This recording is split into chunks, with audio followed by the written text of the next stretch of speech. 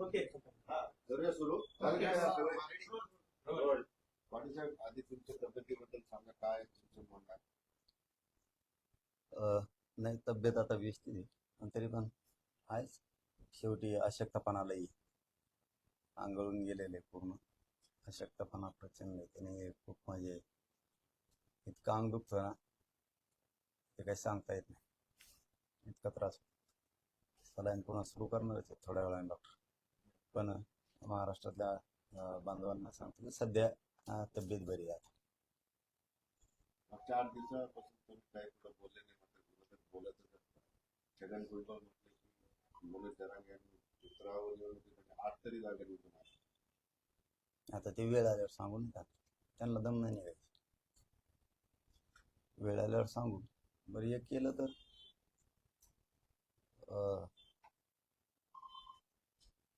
जर दुप्पट आणल्या, तुम्ही 8 म्हणताना आम्ही जर 16 आणल्या, तुमचं आरक्षण सोडून देऊन मराठ्यांना ओबीसीत घेता का? धनगराला इष्टीतून आरक्षण मागू लागतं का? राजकारण सोडून देतात का? गोरगरिबाला जो विरोध चाललाय तो बंद करतात का? ओबीसीतून मराठ्यांचं आरक्षण असून त्याला जाणून बुजून तुम्ही विरोध करताय, ते बंद करणार का तुम्ही? का नुसतं बोलायचंय म्हणून बोलायचंय, विरोध करायचंय म्हणून करायचं? तुम्ही ओबीसी जो विरोध चाललाय मराठ्यांना येण्यापासून तुमचा, ते थांबविणार का मग तुम्ही? आणि मराठ्यांना आत घेताना हा येतात का? दुप्पट आणू. तुम्ही 8 म्हणतात, आम्ही 16 आणू. तुम्ही आरक्षण सोडून देणार का? सगळं राजकारणापासून लांब जाणार का?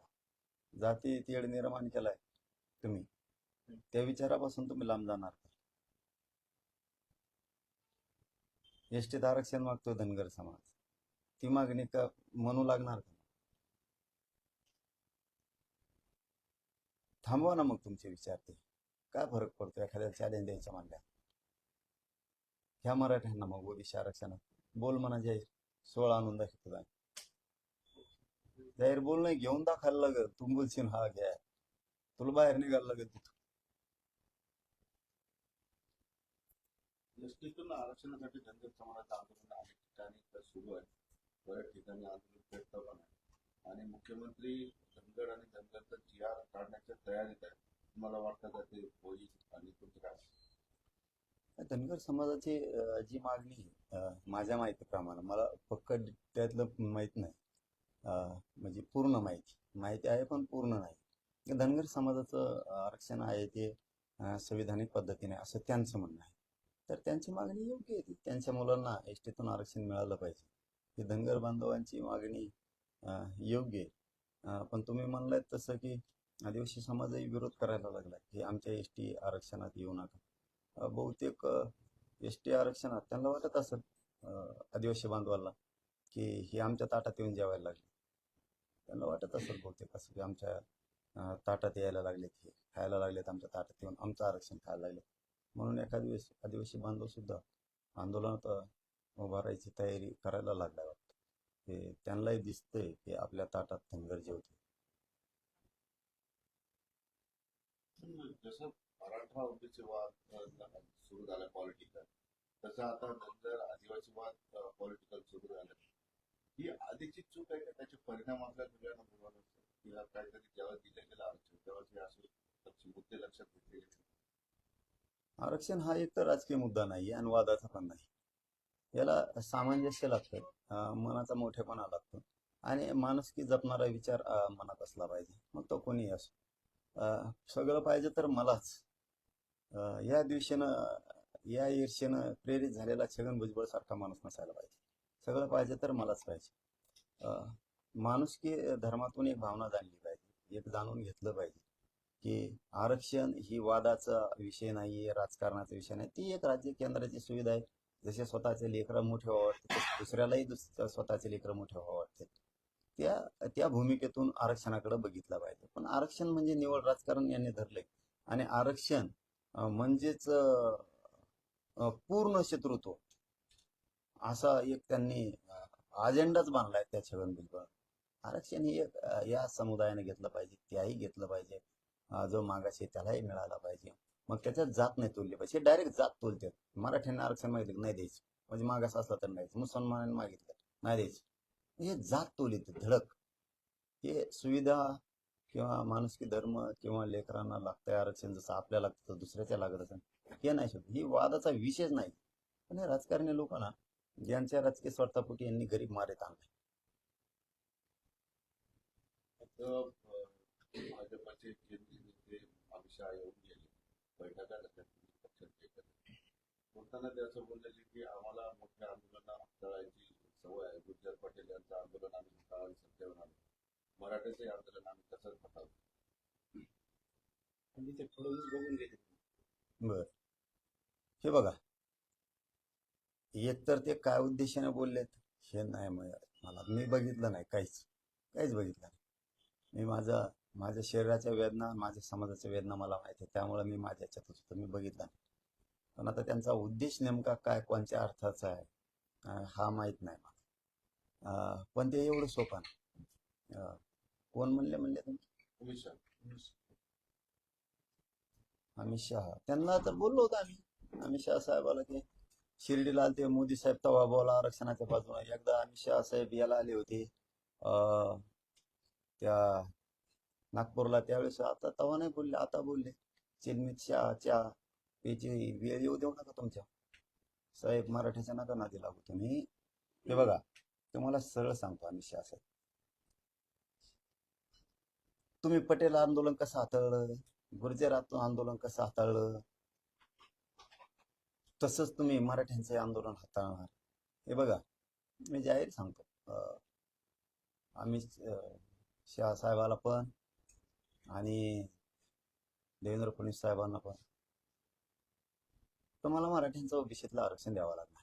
जसे की तुम्ही मगाशी विचारलं होतं की धनगर आणि धनगडचा जे सरकार म्हणजे मुख्यमंत्री काढणार आहे, जर तो जे आर निघणार असला तर मराठा आणि कुणबी एकाचे हा सुद्धा जे आर निघायला सरकारची काहीच हरकत नाही. कारण सरकार दुजाभाव त्याच्यात करू शकत नाही. एकाचा अध्यादेश निघतो आणि दुसऱ्याचा निघत नाही.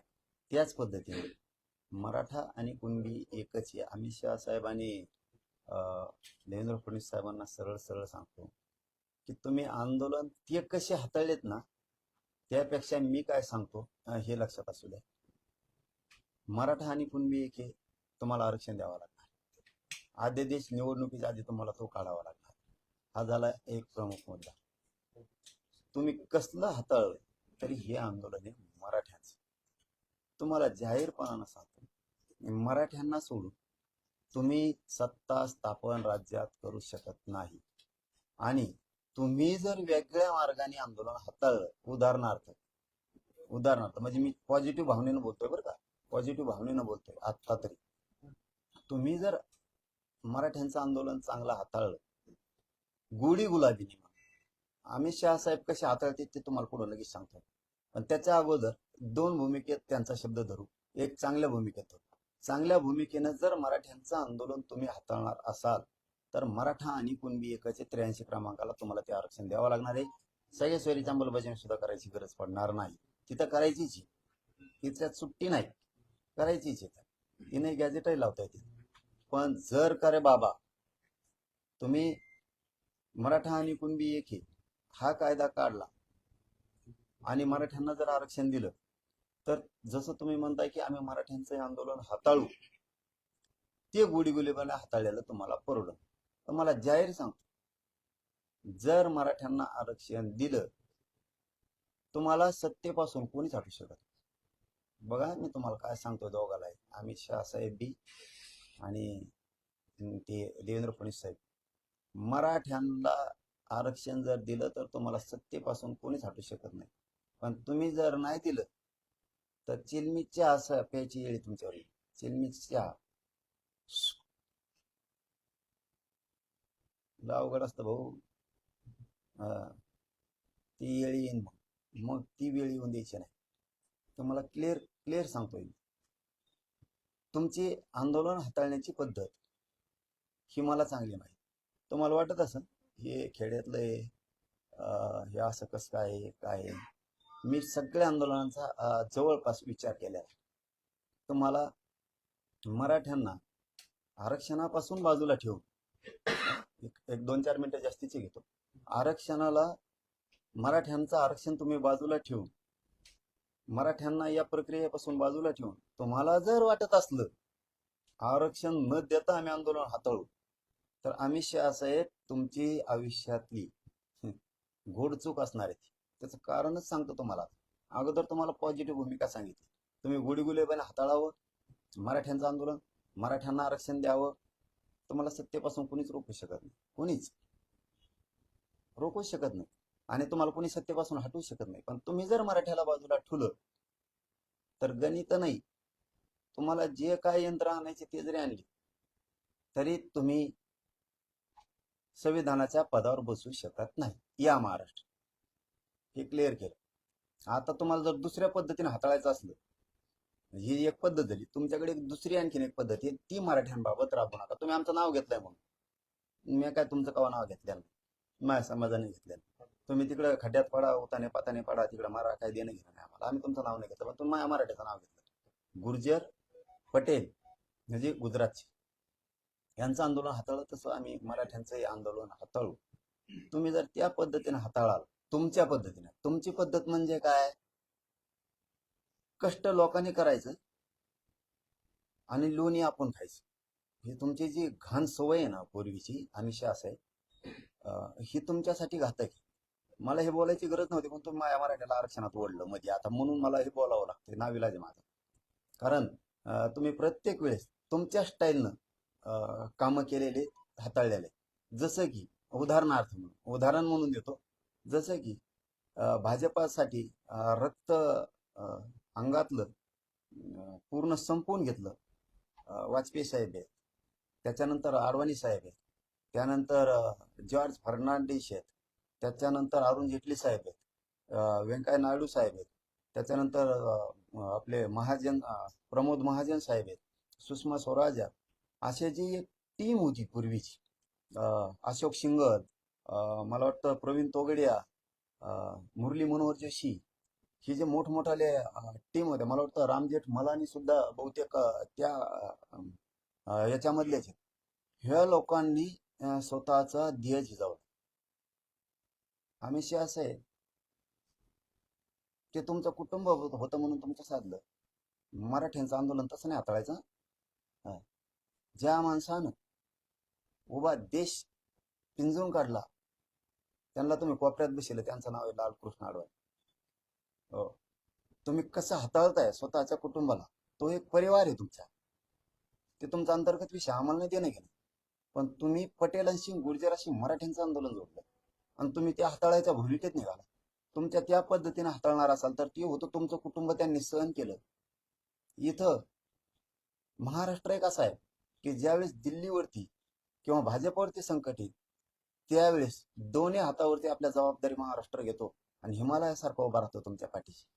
त्या महाराष्ट्रातल्या मराठ्याशी जर तुमची इतकी वाईट नियत असेल आंदोलन हाताळण्याची त्या पद्धतीने की तुम्ही तसं हातोळ म्हणजे हटू, म्हणजे ज्यांना कुणाला पंतप्रधान व्हायचंय त्यांना होऊ द्यायचं नाही, ज्यांना कुणाला पुढे जायचंय त्याला जाऊ द्यायचं नाही. जो कोणी रेसमध्ये पंतप्रधानाच्या त्याला 2-3 दिवस ठेवायचं. उदाहरणार्थ मनोहर पर्रीकर हे ज्या ज्या वेळेस काम करायचे त्या वेळेस त्या रेसमध्ये आले की तुम्ही त्यांना बरोबर हाताळायचं. म्हणजे तुमची हाताळण्याची पद्धत सांगतो ती मराठ्यात वापरायची नाही. हो, तुम्ही मराठ्यात तिन्ही ताळात कोणी ठेवणार नाही ना मी तुम्हाला, तिन्ही ताळात. अमित शहा साहेब त्या भानगडी जर पडलात, गोडी गुलाबीने आरक्षणाचा प्रश्न मार्गी काढा. प्रत्येक वेळेस तुमची ती स्टाईल आहे. ज्या पद्धतीत जसं की योगी आदित्यनाथ साहेब ज्यावेळेस त्या फ्रंटला येत आहेत की आता हे पंतप्रधानाच्या लेवल जाणार आहेत, तुम्ही हाताळलं रिव्हर्स टाकलाच म्हणून समजायचं. ही जी तुमची पद्धत आहे हाताळण्याची स्वस्वार्थासाठी, स्वतःचे लोक पायाखाली दाबवण्याची, ही इथं मराठीच्या आंदोलनात चालत नसते. कारण इथं मनोजर हे पठ्य आहे, हे लक्षात ठेवा तुम्ही. हीच पद्धत तुम्ही ज्या ज्या वेळेस पुढं पुढं जायचंय तुम्हाला त्या त्यावेळेस तुम्ही संपवता.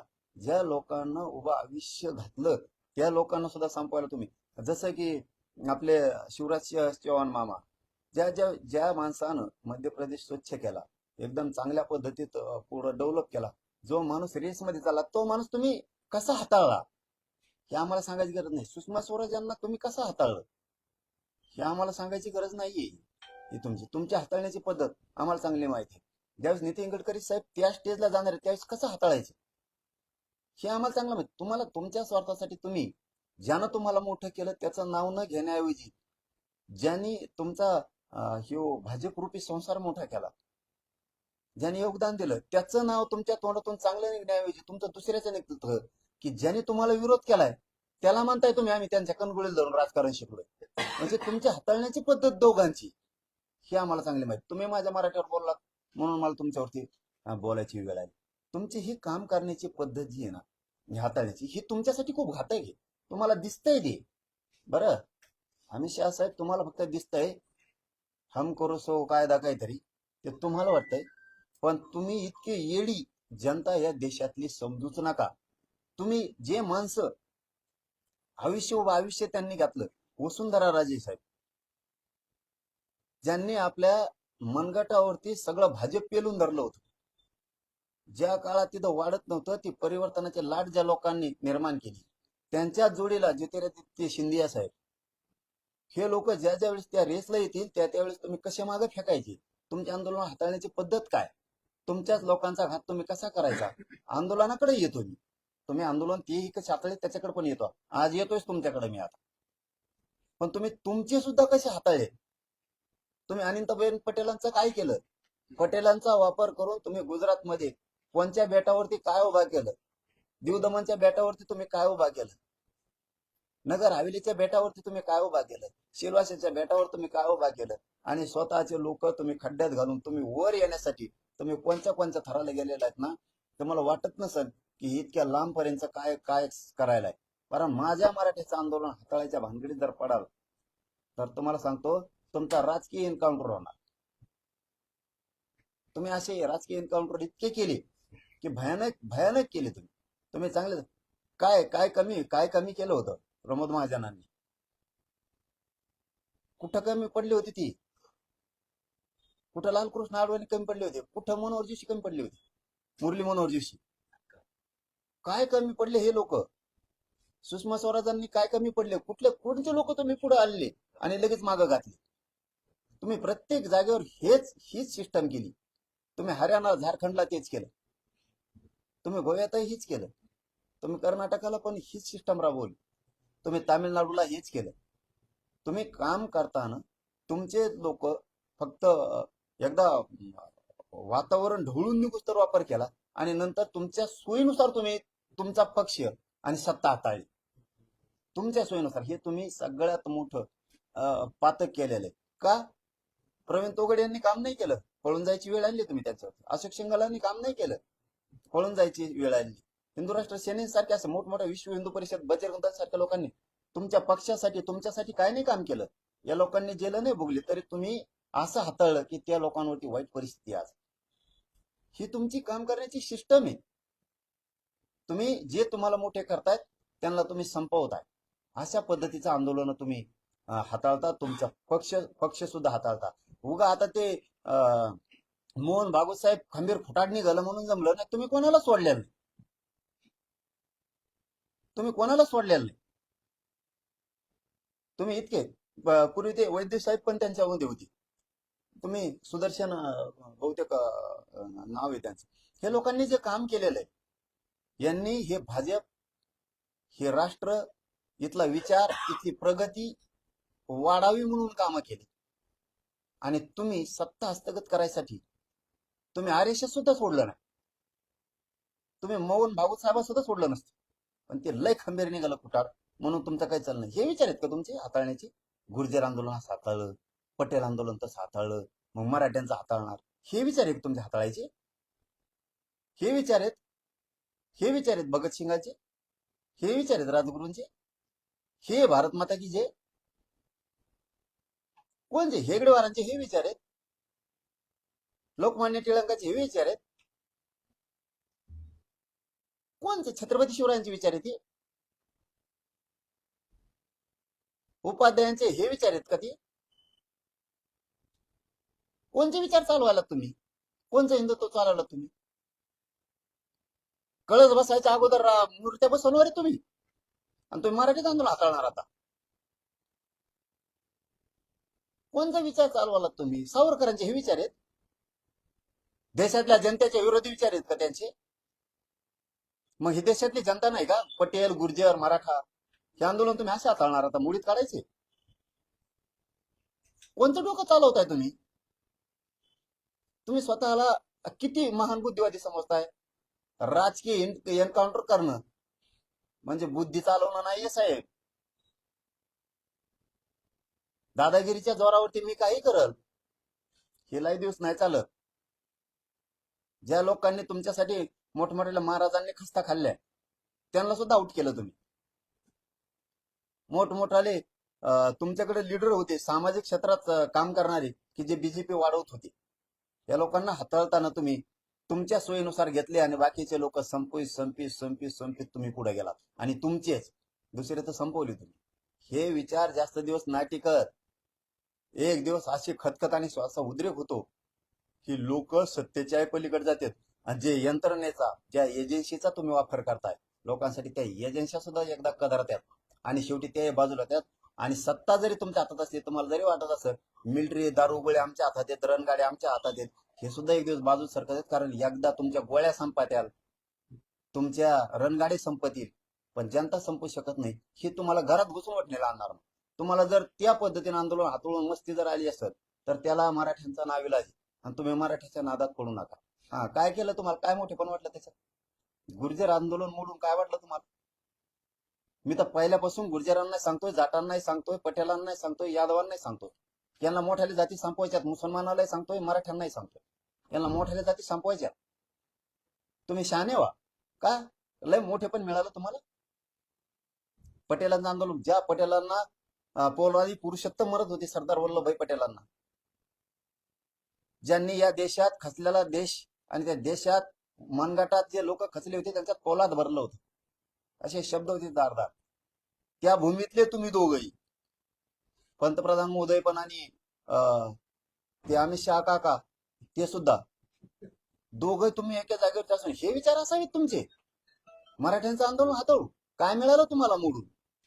पटेलांचं आंदोलन मोडून, गुर्जरांचं आंदोलन मोडून, जाटांचं आंदोलन मोडून काय कोण कोण काय करताय तुम्ही? हे हाताळण्याची पद्धत नाहीये. याला दादागिरीची पद्धत म्हणतात आणि ही लय दिवस टिकत नाही आणि लोक टिकूही देत नाही. तुमचे काम करण्याची, हाताळण्याची पद्धत सगळ्या एजन्सी सुद्धा माहीत झाली सगळ्यांना.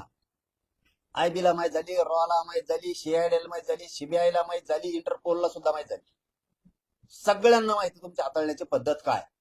सगळे कदारलेत. तुम्हाला वाटतंय फक्त की ह्या देशातला व्यवसाय खुश आहे. अजिबात नाही. गुजरात मधला सुद्धा नाही. तुम्हाला वाटत असेल मुंबई किंवा इकडचे तिकडचे व्यवसाय आम्ही पळवू आणि तिकडे नेऊ. तुमची काम करण्याची खुन्नसी वृत्ती तुम्हाला संपवत जाणार. गुजरात मधले असणारे मोठमोठाले हिरे माणिक मोत्याचे व्यवसाय सुद्धा परदेशात चाललेत.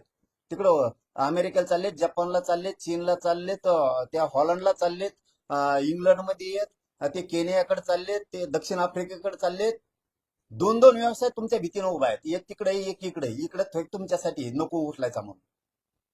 तुम्ही लोकांना खोल जाळ्यात घुसायला लावू नका. आम्ही साहेब मराठ्यांच्या आंदोलनाला नीट हाताळा. तुम्हाला वाटतंय तुमच्याकडे दादा आहेत, गुंड आहेत, सगळ्यांकडे आहेत. हो, सगळ्यांकडे आहेत. प्रत्येकांची फक्त मजबुरी तुम्ही फक्त दिसताय आणि लोक दिसत नाहीत.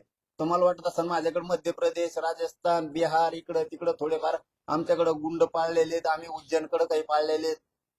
त्या जोरावरती आम्ही काही करून घेऊ, कोणाला धमकू, कोणाला आणू, कोणाच्या मागे शिबिया लावू, शिड्या लावू, मारून टाकायच्या धमक्या देऊ, मग आम्ही सत्ता काबीज करू. हे इसरा प्रत्येक राज्यात प्रत्येकाकडे आपण आपल्या राज्याचा स्वाभिमान असणारे गुंड आहेत. मग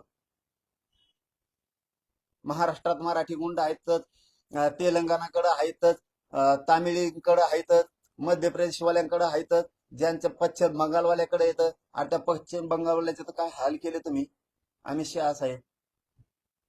एकीकडून म्हणायचं म्हणजे तुमची आंदोलन हाताळण्याची पद्धत अशी, तुमचा स्वार्थ असला की दिदी म्हणायचं, दिदी आम्हाला डबा भरून लाडू देते आणि एक शाल देते, तुम्ही म्हणायचं, आणि त्याच म्हणता दिदीच्या मागा लागायची. ही तुमची पद्धत.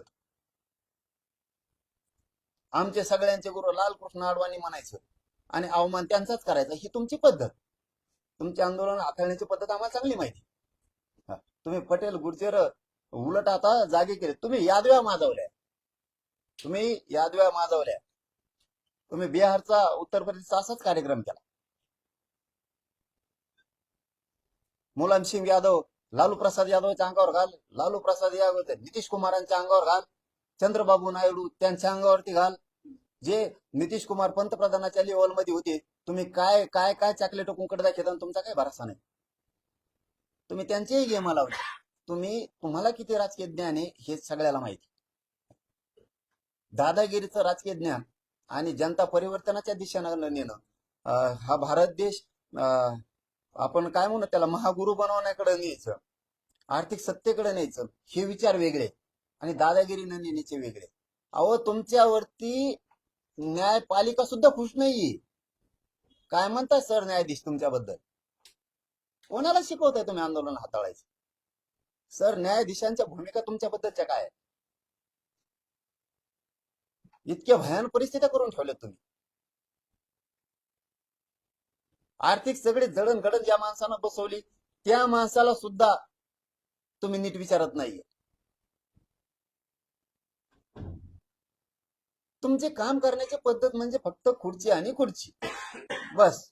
नुसते कोणत्या महाराजांनी तुमच्यासाठी कामं केले नाही? रामदेव बाबांनी तुमच्यासाठी काम केलं नाही? त्यांचे भक्त तुम्हाला मतदानाला चालतो, तुम्हाला त्यांचे चालतो, नरेंद्र स्वामी चालते, स्वामी समर्थांचे चालते, तुम्हाला सगळ्यांचे सांगते, जे गुरुदेव चालते, तुम्हाला ते आसाराम बापूंचे भक्त मतदानाला चालते, ते राम रहिमांचे भक्त तुम्हाला मतदानाला चालते, सगळ्यांचे चालते. तुम्हाला आणखीन कोण कोण महाराज असतील त्यांचे चालते. हा ते बिचारा राव, ते आपला ही काय नाव आहे त्यांचं, रामदेव बाबा, ते बिचारे आपले पाय टांगड्या वाकड्या करू करू करू करू लोकांना बिचारे ते शिकवित येत. त्यांचं जगाच्या पाठीवर एक प्रोडक्ट निर्माण झालं होतं, प्रोडक्ट की त्याची तोडीस तोड कोणीच करू शकत नव्हतं, कोणीच. आहे ना तुमचा माणूस तो? का बरं बंदी घातली त्यांच्या विक्रीवर, आयात निर्यातीवर? रामदेव बाबांनी काय केलं तुमचं?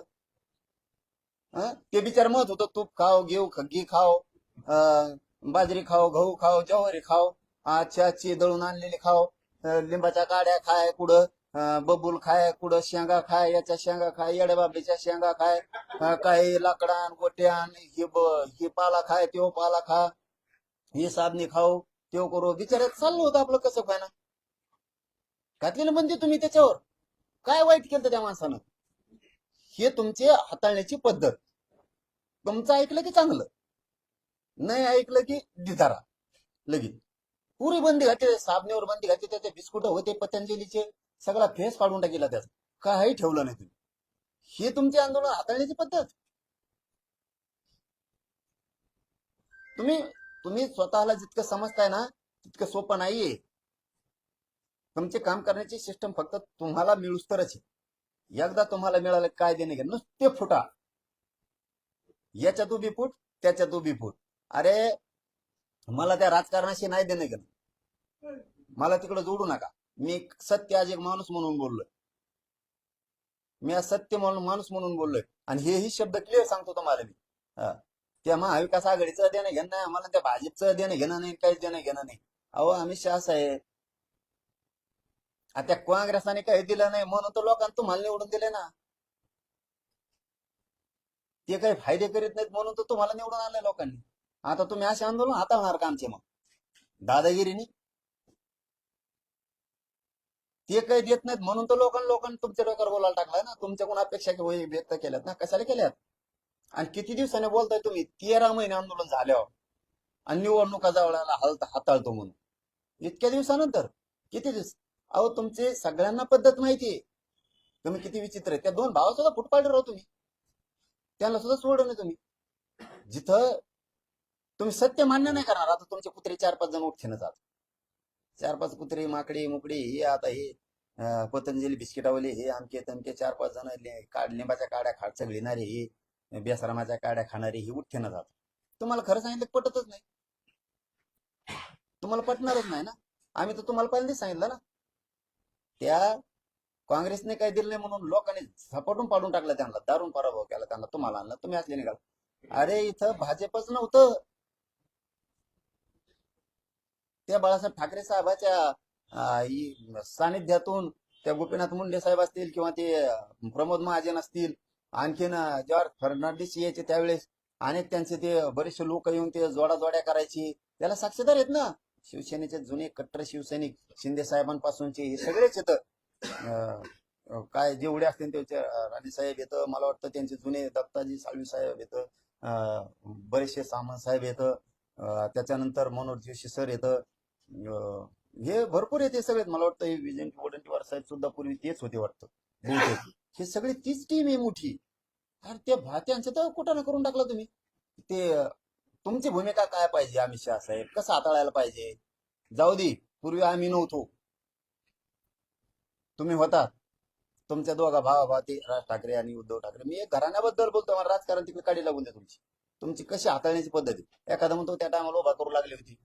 अरे जाऊन ते दोघं झगडे मत भांडव एकामेकासोबत, तुम्ही गब्बस हो दोघं, त्यावेळेस चलती होती. तुम्ही समजून सांगायला पाहिजे दोघाला. त्या हे करायला पाहिजे. जुळून जुळून आलं की लगेच म्हणजे चाल बाजूला आहे. मला तर वाटतं त्याची कोणी निर्मिलच काढली. ते गप्पच बसलं, प्रचारात लागलं धडक लगेच. एक नाही तो माझ होता आशेष सरळ प्रचाराला लागलं. अरे अरे काय तुम्ही लोक, हीच पद्धत नाही. उलट तुम्ही अमित शहा साहेबांसारख्यांची अशी पद्धत पाहिजे. भांडण लागलं, हा कोणात लागलं, उदाहरणार्थ गिरीश महाजन मध्ये लागलं किंवा फडणवीस साहेबात लागलं, बंद करा ते मिळत दोन तोंडात दिन दोघांच्या. ही सिस्टम पाहिजे तुमच्या. लगेच पचका फास सोडून देते, ते झाले मोकळे की लगेच तो नंबर लागला त्याचा. अरे काय लोक तुम्ही आंदोलन हाताळता. त्या राज ठाकरे ते कोण कोण उद्धव ठाकरे साहेब हे जे फाकलेत, त्या राज साहेबाला त्यांना दोघाला एक एक कान फडत द्यायची. एक मोठे आहेत तुम्ही आज. पूर्वी त्यांच्या बापानं भाजप वाढवलं, किंवा मोदी साहेबांना आसरा दिला, ती दंगल झाली त्या गोदर हत्याकांडाची, त्यावेळेस साथ दिली. या देशात तुमच्या बाजूने कुणी उभा राहत नव्हतं त्यावेळेस. तर म्हणायचं दोन दोन थोपडे ठेवून दे, नीट राहिले दोघं संगत चाला. दोघं भाऊ गळ्यात हात टाकू एकामेकाच्या, रोड आणि हिडो भाऊ भाऊ दोघं कानाकान फिरो डांबरी असं गप असं बोलण्या का तर ते दिलं सोडून ते त्यांच्या चिंधड्या वाजून देणार. ही सिस्टम चांगली नाही तुमची. ही सिस्टम चांगली नाही तुमची. आता काँग्रेस चांगला नाही म्हणून तर लोकांना तुम्हाला आणले. तर तुम्ही असले निघायला लागलात आंदोलन हाताळायला. मराठीचं आंदोलन मोडायला निघाला तुम्ही. कोणाला ठेवलं तुम्ही? कोणाला नाही ठेवलं. तुमच्यासाठी काम करणाऱ्या सगळ्यांचा कार्यक्रम केला तुम्ही टोटल. काय ठेवलं नाही. सगळी अर्थव्यवस्था डब घ्यायला आणली तुम्ही. व्यवसाय उद्योग सगळं डब घ्यायला आणलं. काहीही नीट ठेवलं नाही. ना तुम्ही नेत्यात नेता ठेवला, ना समाजात सामाजिक कार्यकर्ता ठेवला, ना महाराजात महाराज ठेवलाय, ना कुठं देवस्थानात नीट ठेवलंय. तुमच्या पद्धतीनं तुम्हाला जसं वागताय तसं वाटतं. पण शेवटी लिमिट असतं. शेवटी खूप लिमिट असतं. शेवटी एकदा जर लोकांनी मनात घेतलं तर हे भयानक परिस्थिती होत असते. भयानक परिस्थिती होत असते. हा, तुम्ही आम्ही बी कट्टर हिंदू आहेत. हो, आम्ही बी या राष्ट्राचे सेवकच आहेत पठ्ठे. हा, कट्टर हिंदू आहेत आम्ही सुद्धा. आम्ही सुद्धा भक्तच आहेत. पण आम्ही आमच्यात हातळून वाटलं नाही करीत तुमच्यासारखं. हो, तुम्ही फक्त आम्हाला दाखवायचं. आम्ही म्हणजे आमचे आंदोलन मोडायचे तुम्हाला. पटेलाचे, गुर्जराचे, जाटांचे, मराठ्यांचे, धनगरांचे आंदोलन आमचे मोडायचे तुम्हाला आणि दुसरे जागवायचे. म्हणजे ज्यांनी आमची मुंबई, ज्यांनी आमचा भारत देश परेशान केला त्या बांगलादेशनं, त्या हरामखोरबाईला तिकडे ठोकलं, तिला सांभाळायला तुम्ही. इकडे आणून सांभाळणारे तुम्ही. आणि आंदोलन आमच्या हातून मोडायचे. ज्याने आमचं काश्मीर, ज्याने आमची सगळी मुंबई बेजार केली, त्या शरीफाच्या पोरीच्या लग्नाला तुम्ही वारे आंदोलन हाताळायला निघाली तुम्ही, ज्यांनी आमचा देश बरबाद करायला चालले. सगळ्या एजन्सीचे डोके तुमच्या पुढे बंद पडले आणि तुम्ही आता आमच्या गरीबाचे आंदोलन हाताळणार, आम्हाला गरीबाला मोठं नाही होऊ देणार. तुम्ही कुठं चालली तुमची भूमिका? आम्ही शाह साहेब म्हणजे तुम्हाला मराठ्यांची कत्ली करायची, तुम्हाला मराठ्यांवर गोळीबार करायची आणि आंदोलन हाताळून मोडून टाकायचं, ही तुमची भाषा. आणि ती बी मराठ्या संघ. नाही टिकणार तुम्ही, कोणीच नाही टिकणार तुम्ही, कोणीच टिकणार नाहीत. आणि या देशातल्या सगळ्या क्षत्रियांना सावध होणं गरजेचं आहे. आता क्षत्रियांना सावध होणं खूप गरजेचं आहे. यांचा आलेख अन्यायाचा वाढत चाललाय. यांना परिवर्तनाशी देणं घेणं नाहीये, यांना अर्थव्यवस्था मजबूत व्हायची देणं घेणं नाहीये. यांना फक्त खुर्ची कशी मिळवायची, मग दादागिरीने मिळवायची का कशी मिळवायची, एवढं त्यांच्या डोक्यात. त्यामुळे क्षत्रियांनी जागा होणं देशातल्या गरजेचं आहे. मग तो यादव असेल, उत्तर प्रदेश असेल, जाट असेल, तुम्ही हरियाणाचे असतील, तुम्ही पटेल असेल, म्हणजे गुजरातचे पाटीदार असतील, गुर्जर, जाट, राजपूत, राजस्थान, मध्य प्रदेश, तामिळनाडू, ह्या सगळ्या लोकांना खूप चाणक्य बुद्धीनं सावध होणं गरजेचं, खूप चाणक्य बुद्धीनं गरजेचं आहे. नसता हे लोकांच्या हातात एकच डाव आहे, ऐक नाही तर तो राजकीय एन्काउंटर करू.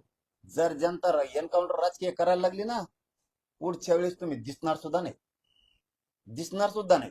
आणि तुम्ही असं जर लयच करायला लागलं, आता पोलिसाचा वापर कर, एजन्सीचा वापर कर, आंदोलनात दडपू टाक, तर जनता तुटून पडणार आहे. मग जनता तुटून पडणार आहे, मग आरेला कार्य करावंच लागणार. इथं नाविलाज तुम्ही कोणाला सुचून देणार राहू? काय पद्धती तुमची? मुसलमानाची विषयी वेगळीच भाषा, मराठ्यांविषयी वेगळीच भाषा, तुमची ख्रिश्चनांविषयी वेगळीच भाषा. तुम्हाला कामच करायचं नाही. तुमच्या दलित मुस्लिमांविषयी वेगळीच भाषा, बारा बलुतेदारांविषयी, ओबीसी विषयी वेगळीच भाषा. तुम्हाला लोकच जगू द्यायचे नाही. तुम्हाला तुमच्या भाजपात सुद्धा काढ्या लावल्यात तुम्ही, तुमचे संपवायला निघाला. सगळ्याला माहिती आहे नागपूरसाठी यावेळेस काय केले तुम्ही. हो, दिल्लीपासून काय काय सूत्र हलिले तुम्ही, सगळ्यांना माहिती आहे. तुमचेच लोक पाडायचं होतं, तुम्ही काय काय करताय त्याच्यात आम्हाला पडायचं नव्हतं. पण तुम्हाला काही घेणं नाही आमच्या आंदोलनात हातळून ते बंद पाडायचं. आणि हे कदापि तुम्हाला शक्य होणार.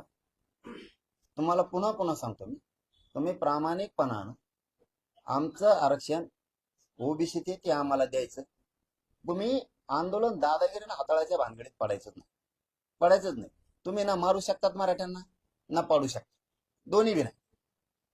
मारायची टप्पर मराठ्याला तुमच्याची एवढी नाही, कारण मराठा सोपा नाही. 27 कोटीपेक्षा जास्त क्षेत्रीय मराठा या देशावर.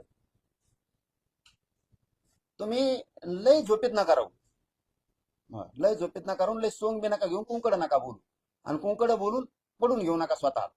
मी तुम्हाला सत्य हकीकत सांगितले. विचार चालवताना नीट चालवा. भगतसिंगांचे विचार कसे आहेत ते चालवा, लोकमान्य टिळकांचे विचार, छत्रपतींचे विचार, तुम्ही ते हेगडेवारांचे विचार ते चालवा. हे काय मग ऐक नाही तर पाडून टाकीन, लगेच गुतून टाकीन, हे काय पद्धती? ही कोणची पद्धती तुमची?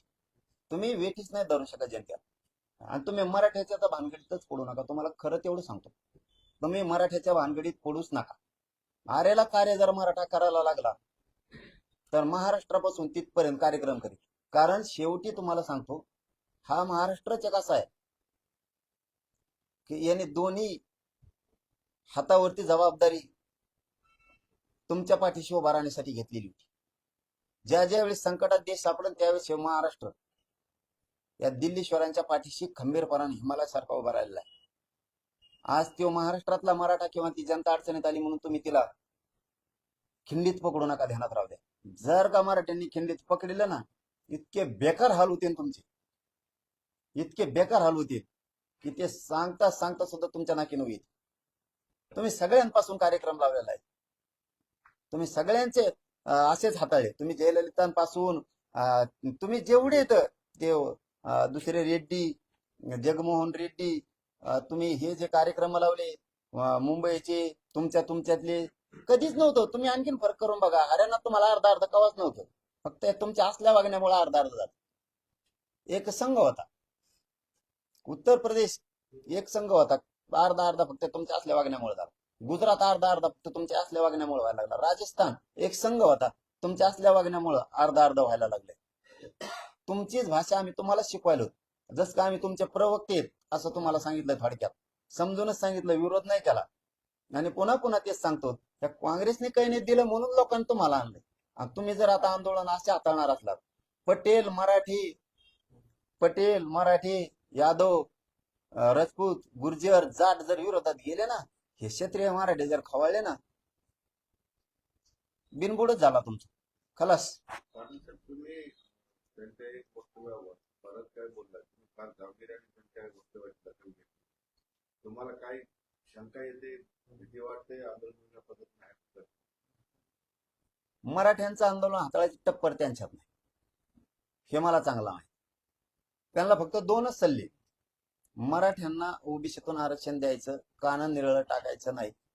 तुम्हाला सत्तेपासून कोणीच खाली घेऊ शकत. पण मराठ्यांना डावलून, मराठ्यांना कारण निरळ टाकून तुम्ही जर आंदोलन हाताळतात तर त्यांना चांगलं माहिती. मराठे जाताना गुजरातहूनच कटकपर्यंत गेले होते, पानिपत पर्यंत. मराठे काय करू शकतात ना, मग हे त्यांना चांगलं माहिती. आणि बेत घेत नाही मी, नाही कोणालाच. माझ्याजवळ ऐका, मी हे मराठ्याचे खानदान आहे, ही अवलादच अशी हे कोणालाच मुजीत नाही. गप येतो वर गप आहे, ही कोणालाच मुजीत नाही. जर तरायला लागली ना, ही कोणालाच मुजीत नाही, मुजिणार सुद्धा नाही कवाच कोणाला यायचं जे मग आम्हाला कार्य करावं लागणार आहे, मग त्याला लावेल होऊ दे काय व्हायचं. पाटील, तुम्ही दसरा मेळावा घ्यायचं म्हणताय आणि दसरा मेळाव्यासाठी तर बैठकी होतीये, तर तयारी कुठपर्यंत आलेली आहे? काय आदेश दिले समाजाला किंवा बांधवांना? नाही दसरा मेळावा होणार आहे. नाही, मी दसरा मेळाव्याच्या बद्दलच मी घेणार आहे किंवा घेणार नाही असं काहीच नाही. कारण गड काय ठरवत ती महत्वाची भूमिका असते. कारण ती काय राजकीय नाही, ते सामाजिक. तिथं ना राजकीय कोणता निर्णय होणार आहे. जर ठरलं तर, जर नारायणगडावरती दसरा मेळावा करायचा ठरला तर तो परंपरेचा दसरा मेळावा असणार. जर ठरला तर परंपरेचाच, कुठल्या जातीचा नाही, राजकारणाचा नाही. तिथं सगळे भक्त येऊन दर्शन घेतात. आणि जर ठरलं तर मी त्या मेळाव्यात जाणार. आज बैठक आहे मला, मी त्या मेळाव्यात जाणार. भक्तांचे येणारे सगळ्यांचे, माता मावल्यांचे सगळ्यांचे आशीर्वाद मी तिथं जाऊन घेणार आहे, त्यांच्या पाया पडून. जर आज काय निर्णय होतो मला माहित नाही. जर हो ठरलं तर भयानक होणार आहे. दसरा मेळावा तो परंपरेचा, ताकदीनं लोक येणार आहे. पण तिथं राजकीय निर्णय काही होणार नाही. ती राजकीय जागा नाही.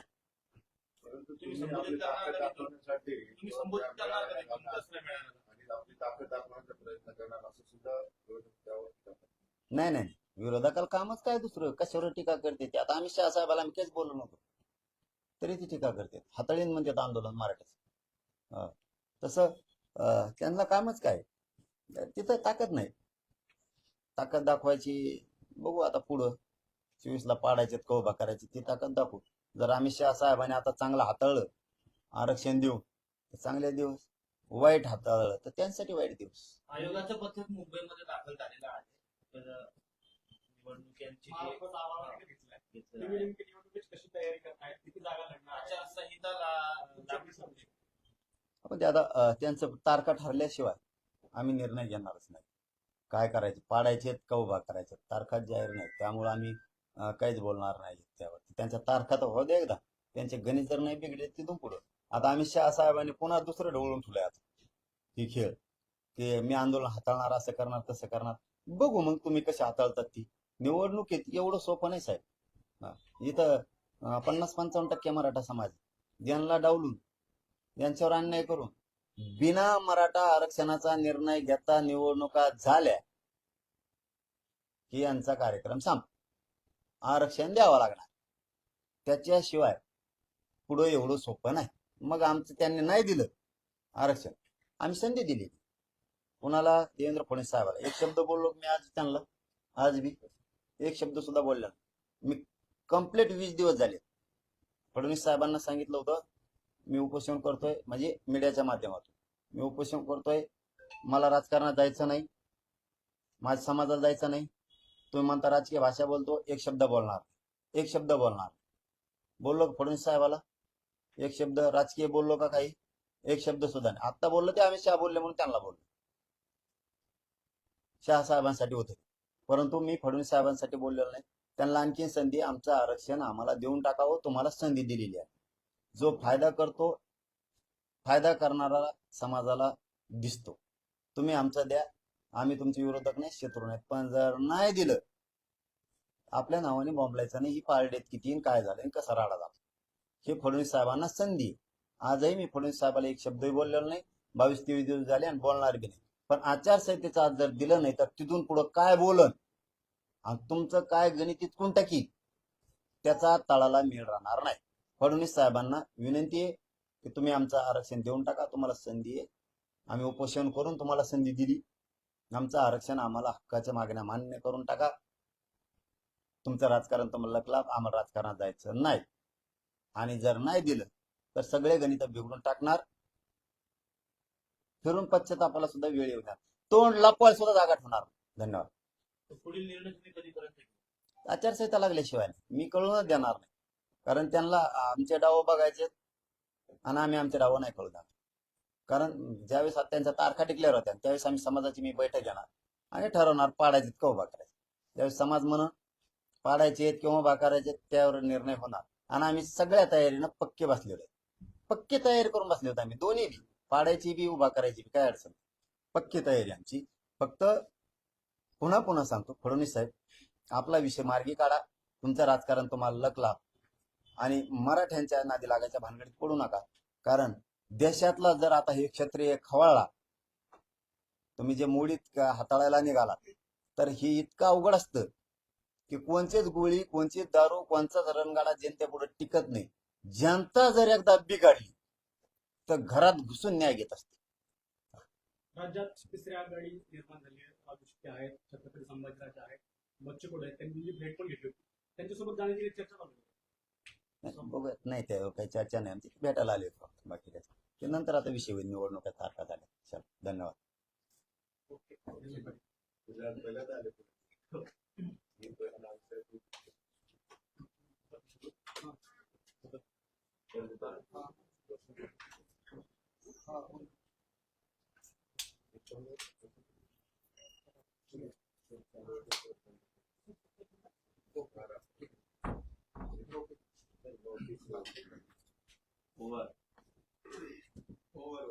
आज आधी देश बातमीवर चालला गेलं पाहिजे एकदम सगळ्यात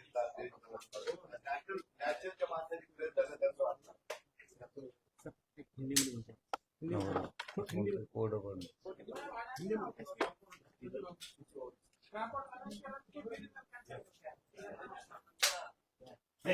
तुला काय